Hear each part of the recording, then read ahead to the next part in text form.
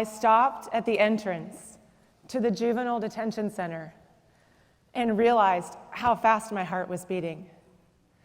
And I reached to open the doors and realized I was afraid of getting in the way, of making a mistake, or setting off an alarm. If a kid talked to me, what would I say? I had no idea if I would blend in or stick out, how I would be introduced, received, or ignored. I wondered how aggressive the boys would be, if they would make rude gestures or hit on me. And I wondered if the girls would be loud and sassy, suck their teeth, and throw down the attitude. Every stereotype of these young people smacked me straight in the face and filled my mind. I was there to observe school, to watch students and teachers. And when Randy, the director of the school, who also happens to be my husband, met me in the lobby, I was relieved, but still a little intimidated walking past that first security checkpoint where security cameras and monitors displayed every view in the facility. Randy casually introduced me around, and I was still anxious about meeting those kids. And he saw that. And he looked at me, and he gave me a little nudge, and he said, "Relax, you're in the safest school in the district."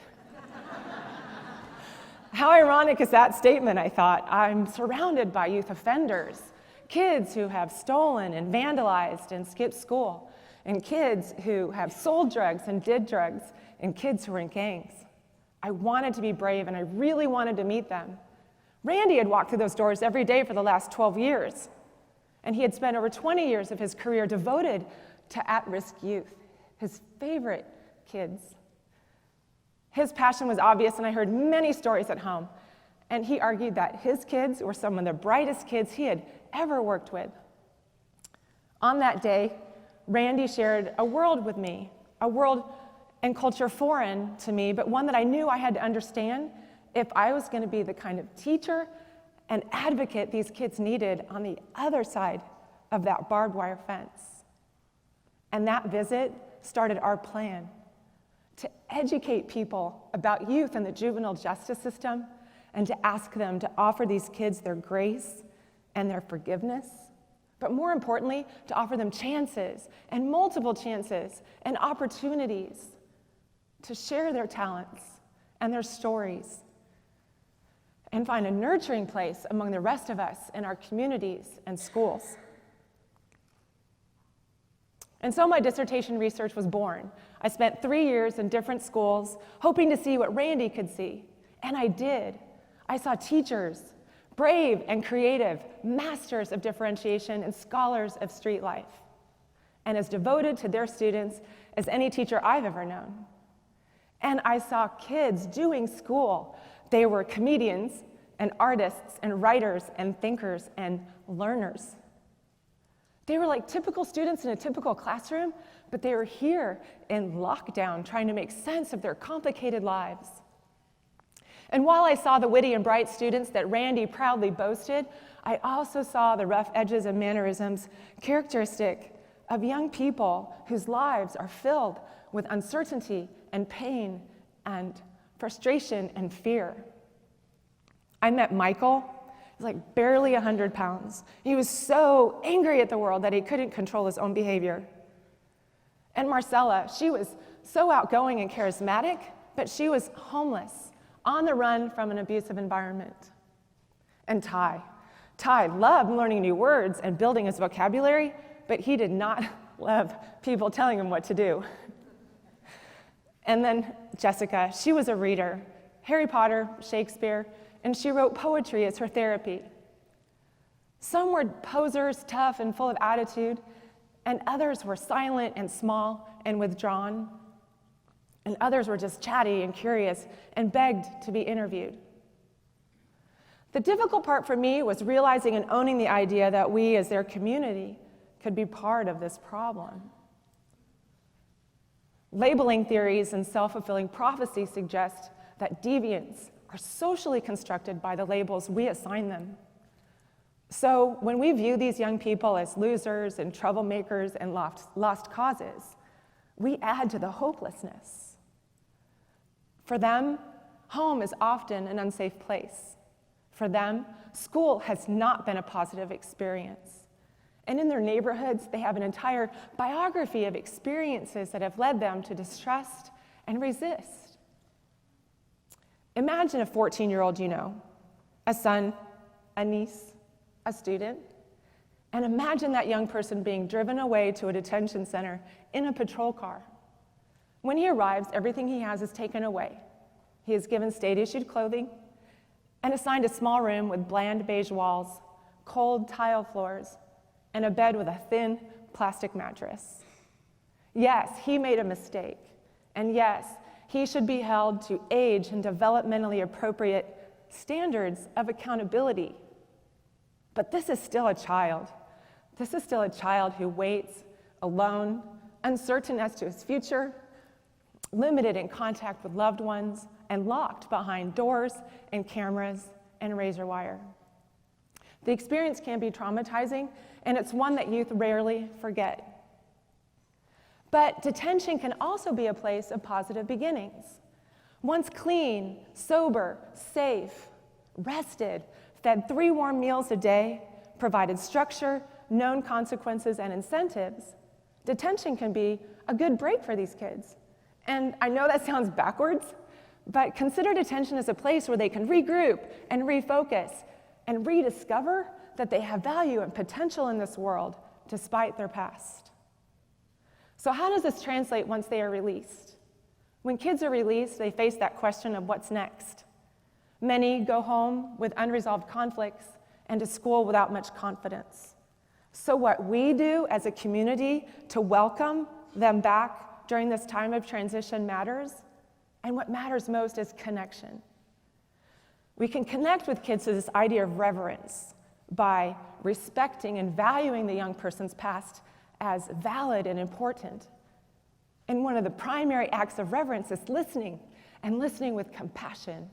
And such an act can be transformative, and it allows us to understand youth and their stories of survival. Another way we can connect is by self-eclipsing. And self-eclipsing means that we set aside all that composes our own identity, and we take upon ourselves the identity of the other. In this way, we can see them for who they truly are.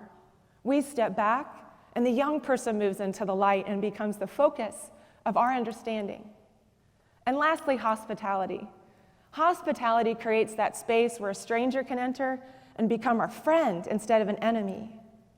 Hospitality creates a space where change can happen and where we can enter into fearless conversation with young people, fostering growth and building their confidence.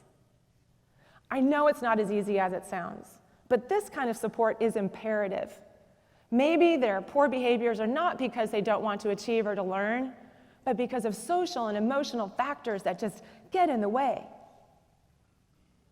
They really want to be successful. They really do. In fact, they have these wildly beautiful dreams of it, but they're stuck in this heavy, thick mud that just weighs them down. They've had little consistency in their lives and haven't connected to much of anything to make them feel like they belong. And connection can mean the difference between academic achievement and failure, and staying out of trouble or winding back up in detention. Behaviorally challenged youth are the most vulnerable young people. They are poorly understood and often treated in a reactive, punitive, adversarial, and counterproductive way. Yet, new brain research has shown that for young people, especially aggressive children, their prefrontal cortex, instrumental in helping us manage our ability to prioritize tasks, organize plans, and control impulse, hasn't developed or has developed more slowly, so that young people literally do not have the brains they need to manage their own behavior. And so the best cure for delinquency is maturity. And knowing this can help us understand why youth make these poor decisions and give us the courage to help them. They need time and our persistence. And it's time for us to be brave and reach out to these young people. Brian Stevenson of the Equal Justice Initiative said that we are more than the worst thing that we have ever done. If we peel back the layers, we will simply find a child who wants to please, who wants to learn, who wants to fit in. They know they will make mistakes. They know it. And their message to us is, don't give up on me. Don't give up. One of my students, Leah, made many mistakes during her transition from detention. She was homeless, on the run from foster homes, group homes, her own home. And when she came to our school, she was well behind in credits, especially in math. She, at the start of her sophomore year, had already been to 3 different high schools. Her struggles were typical: failed drug tests, conflicts with adults and teachers, lying, skipping classes to go smoke with her friends. But every time she made a mistake, our team of teachers and staff, we made adjustments. And every misstep, we encouraged her and coached her on finding more positive peers. She found community support to help with her drug dependence and benefited from a positive foster home experience. We made sure we celebrated even the smallest of her successes. Almost a year later, Leah is back home living with her own mom. She has a steady job. She's still in the same school. She's vibrant and she's healthy, and she's finally realizing that she is so much more than the worst thing that she has ever done. For all youth, how we offer our grace and forgiveness matters. How we provide them with encouragement and support and opportunities matters. If I look over my classroom and I see thugs and deviants and troublemakers, that's what I'm going to get. But if I look over my classroom and I see thinkers and learners and scholars, that is what I will get. They need us to see the human and the potential, not the crime or the punishment. They need to see that we can believe and truly believe in what they can become. They will rise to that level of expectation, but only if we let them know that we believe in what they can become. Some days will be ugly, but we all know ugly. Yeah. These kids have only one chance to grow up and grow up well. And we all can be their teachers and should consider every youth in the juvenile justice system a soul worth saving, period. Thank you.